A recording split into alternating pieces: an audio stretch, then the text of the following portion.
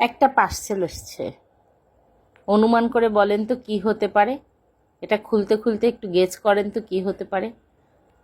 আসলে আমার হচ্ছে কি কি দশা জানেন, বারবার মানে ঠকেও আবার সাহস করে এগিয়ে যাই। এই কয়দিন আগে অনলাইনে গাছ কিনে কত বড় একটা মানে ঠকা খেলাম। তারপরে আবার আমি অনলাইনে গাছ অর্ডার করেছি, এবং কি গাছ সেটাই দেখাচ্ছি। আস্তে আস্তে খুলতে খুলতে দেখেন তো, 3টা আঙুর গাছ অর্ডার করেছিলাম।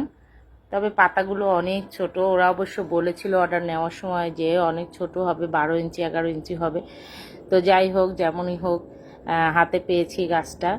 লাগিয়ে দেখি কি অবস্থা, ঠকি জিতি সেটা পরের কথা। গাছটা হাতে এসছে, এতেই আমি খুশি।